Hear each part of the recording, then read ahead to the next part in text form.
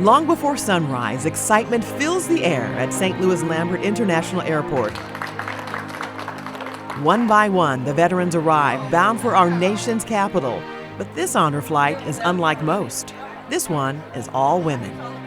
It's a journey that stirs memories of service, sacrifice, and youth.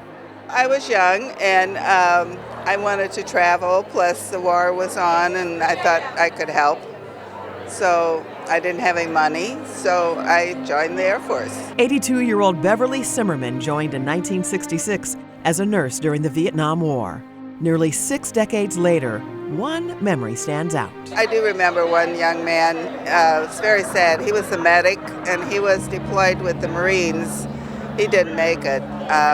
He was really nice young man. John was his first name. That sorrow softened just a bit by this trip.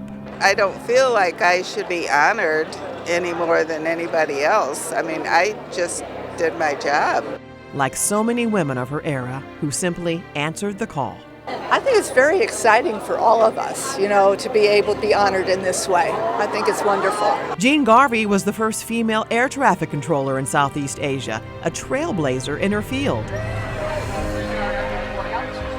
Before takeoff, a ceremonial water cannon salute arcs over the plane as a tribute to their service. Every step of the way, they are honored. Women of Valor! Greeted by strangers when they land, cheering just to say thank you. The first stop holds deep significance. Their first group photo, a powerful moment, united in salute. For the women on this honor flight, the Women's Museum is a place where their service is seen, heard, and honored, which necessarily was not the case when they served so many years ago. But here, the stories line the walls, their uniforms, the letters, the artifacts, their legacy. Each veteran recognized with an official certificate of appreciation, a small gesture that carries immense weight. For Air Force veteran Linda Herman, it brings her to tears. We came back from the Vietnam War. We were not really appreciated, and it's been 50 years in the making for them to appreciate what we did, because we all worked hard for the effort. As the sun climbs and the day warms, the women gather at the top of the Iwo Jima Memorial for a moving flag presentation. A moment of reverence and reflection. Retired Navy Commander Shirley Walls, who served for 33 years as a nurse. It was just an absolute honor to receive the flag, but to represent what it shows. Seeing the Vietnam Veterans Memorial with names etched in granite reminds them of those who never came home.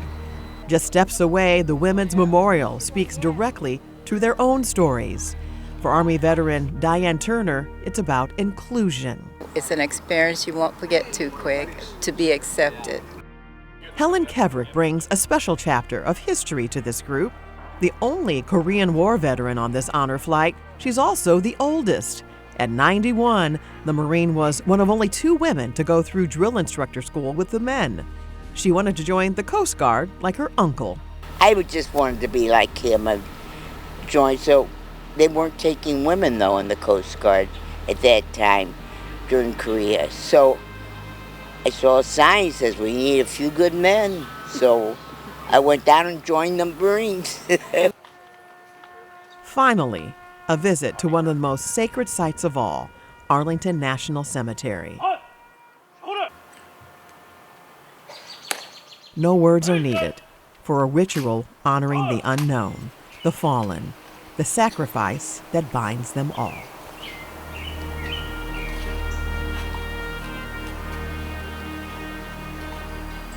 And as the 111th Women of Valor flight comes full circle, they return to the sound of applause, a parade of family, military members, and grateful citizens.